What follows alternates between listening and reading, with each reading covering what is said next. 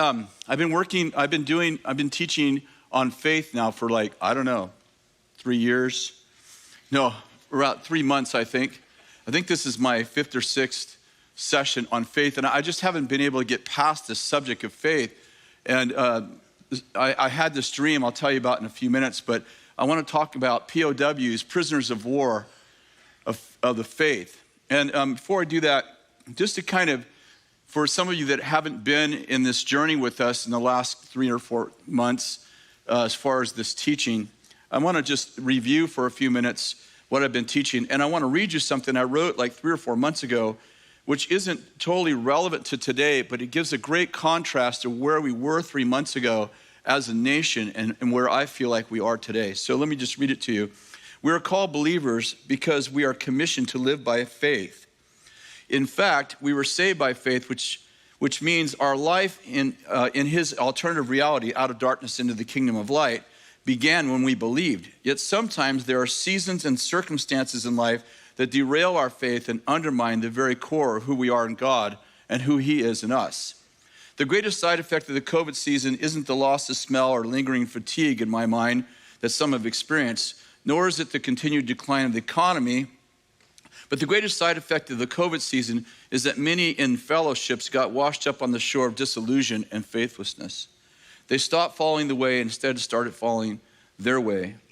Consequently, churches that were once full of faithful followers are now too commonly reduced to a remnant of a few passionate people. Far too many have exchanged the sacrifice of fellowship for the comfort of a riskless existence rooted in convenience and a lethargic lifestyle.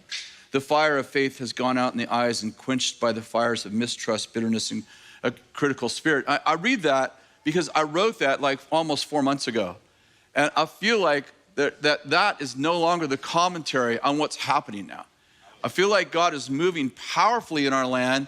We see the Asbury revival that's spreading and is like, now it's outside of the institution of education and it's moving in the business realm, in churches, and all over in America. And so, but I think I read it knowing that this would be a contrast, like actually things have changed. Actually things are changing. Actually people are catching faith.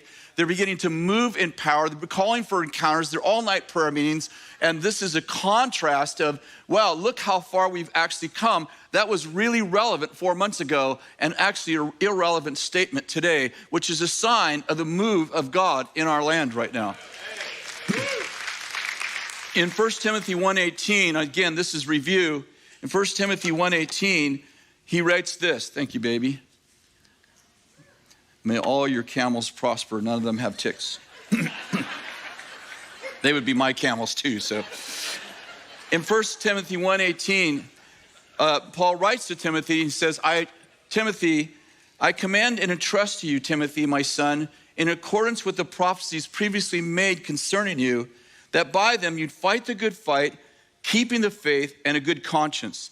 That by them you fight the good fight, keeping the faith and a good conscience. And I just want to point out that we're in a fight of faith. That literally the reason why we're gaining ground is because we've taken a hold of faith and we've said, I believe and therefore I see. How many know that the world says, if I see it, I'll believe it, but faith says, if you believe it, you'll see it. And we're in this fight of faith and we're moving forward, we're gaining ground. So exciting times we live in. In 1 Timothy 6:12, he writes again, the same letter, fight the good fight of faith, take hold of eternal life with which you were called. And I just want to point out again that faith is a fight. How many of you have ever had a faith fight? How many of you have ever had a food fight?